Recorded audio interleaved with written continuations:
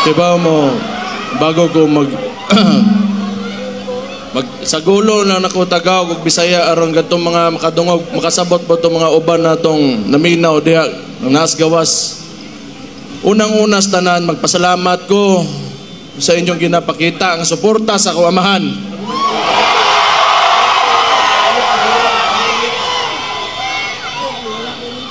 Naglagot lang ko sa inyo ha, kay kada makita na ko ang naw sa kuaman, bit-bit ninyo, kahilakon ko.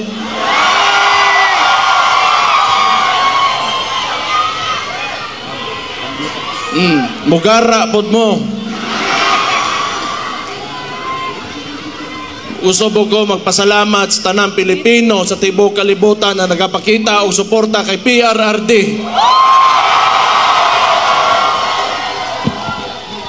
Kabaw mo, tinuod lang, sukad nga giaresto ako amahan illegally. Wag yung ko kasabot sa kong gibati. It has been a roller coaster of emotions for me, tinuod lang. But every time makita na ko suporta ninyo, makusgan yung ko. Salamat kayo.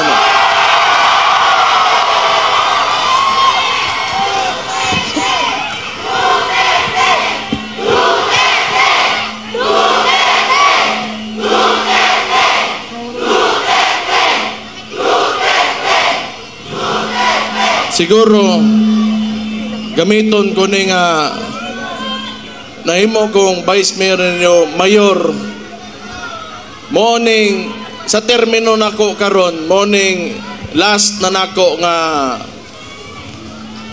araw ng Davao sa termino nako karon. Wa ko makibaw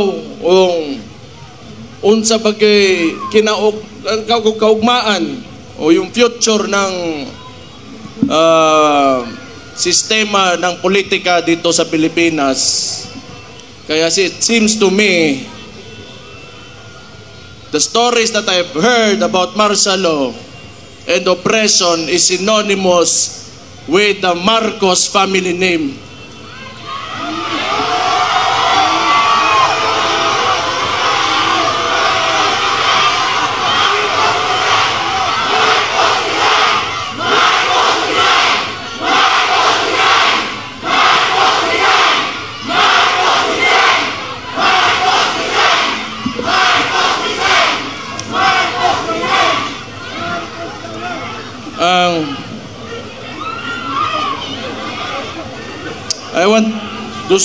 I will take this opportunity to tell Mr. Marcos how I feel about him.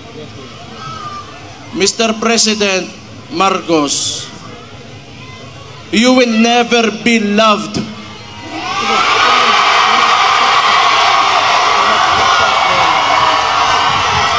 Especially to us who are calling out Rudy Duterte's name. You will never be loved, Mr. Marcos.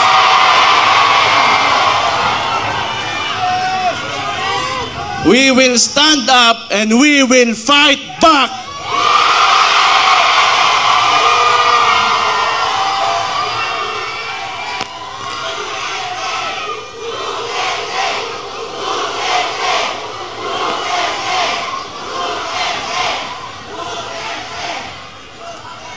Kita mga taga Davao, ingon ani na siya. Labi nanto mga dagdugay dire o niya kanang nituo sa plataporma o politika sa kuamahan.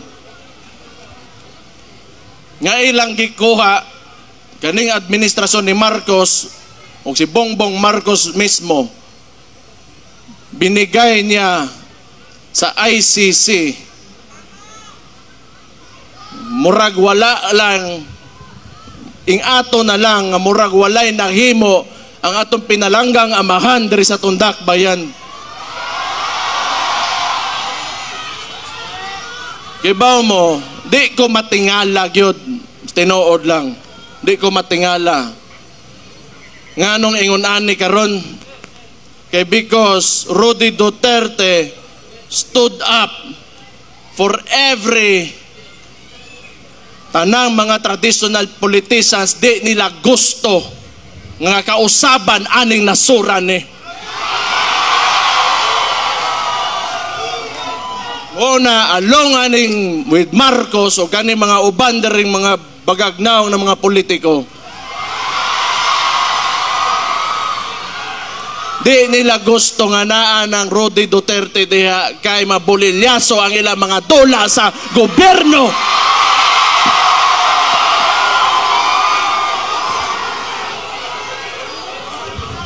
Gusto ko lang niingnon kay Bongbong Marcos.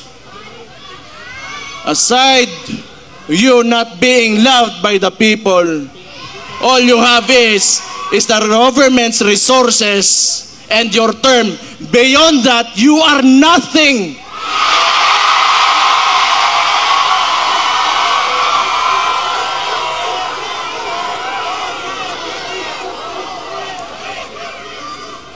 Kalimot oroy ang putang ina. Nung kita'y nagtabang sa iya, makalingkod sa diha karon siyang ginalingkuran.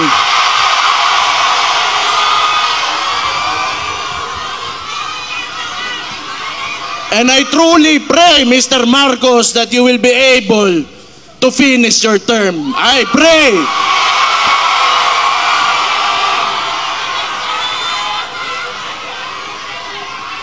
Di kita matingala. Kay kung ang sabo para sa ilang para pampadugay sa oras sa trabaho, ang sabo sa tuwa, mudaot o mga pamilya, mga komunidad, o mga inosenteng kinabuhi.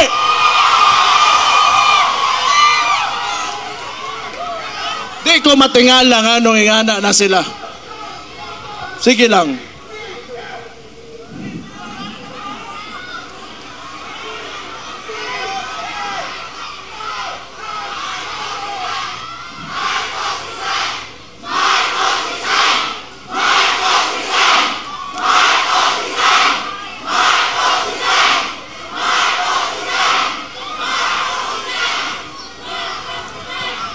Ibaw mo, si Rody Duterte, nga nung naaresto siya, naasa diya karon sa ICC, kay ning barog siya sa mga tinuuhan sa politika, nga tanaw niya, mo'y makapasaka o makapalambo sa kinabuhi sa mga Pilipino. Okay ba mo, dili gini panahon nga magluya-luya ta. Dili ni panahon para magluya-luya ta. Dili nato sayangon ang sakripisyo nga gipakita ni Rody Duterte. Di gyud ni mahuman karon ug di na gyud ni mahuman.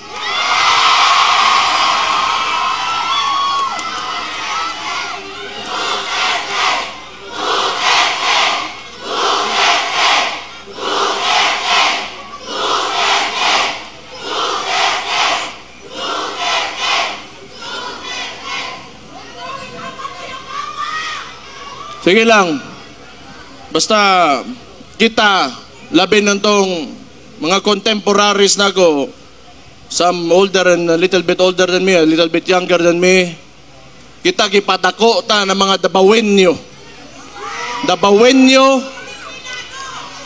mapursigihon, ang dabawenyo, isog. Ang dabawenyo gusto kaayuhan. Ang dabawenyo gusto ka matuoran. Ang dabawenyo garboso. Mabuhay mong tanan.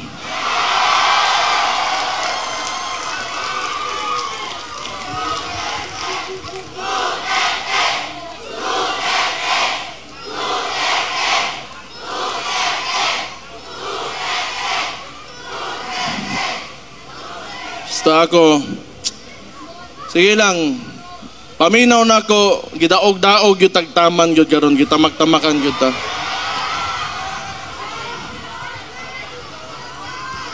Kaya wala lagi mo, wala na yun kong podere, wala na. Di kong dili tungod sa inyo mo nang pasalamat na lang yun ko. Ako, usar ako katao, anak ko sa kuamahan, pero dili ko gaingon ani mga istoryane, wa ko gaingon ani. Kay tungod anak ko, dabawin nyo, kundili kay tungod Pilipino ko nga nito o usa ka presidente nga nangandoy nga makahimo sa nasod na kagustuhan o ganang makapahayag sa kaugmaon sa tanang Pilipino.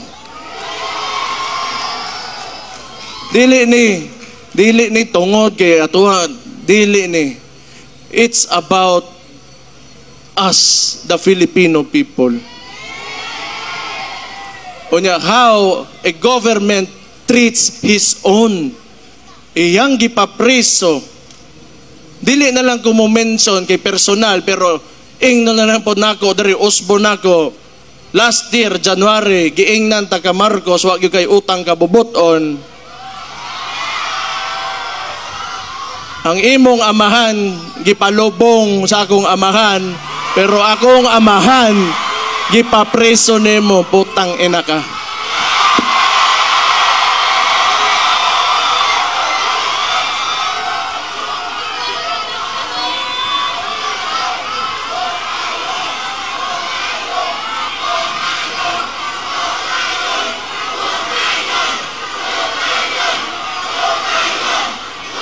Ayaw, paginguna na.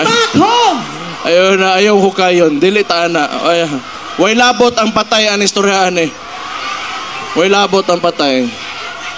Naana na diha. Pasagdi na ninyo. Noon, wala man si akong amahan dire, inyong tatay Digong, wala man dire sa Pilipinas. Pero kay bao ko, nagpabilin iyahang inspirasyon o ang iyahang spirit within every Filipino nga na-touch niya sa iyahang termino. Basta ako, ang tambag lang ako ninyo, mga Dabawenyo, kamo mga ubang Pilipino na nakikinig ngayon, do not ever allow your government to treat you how they treated my father.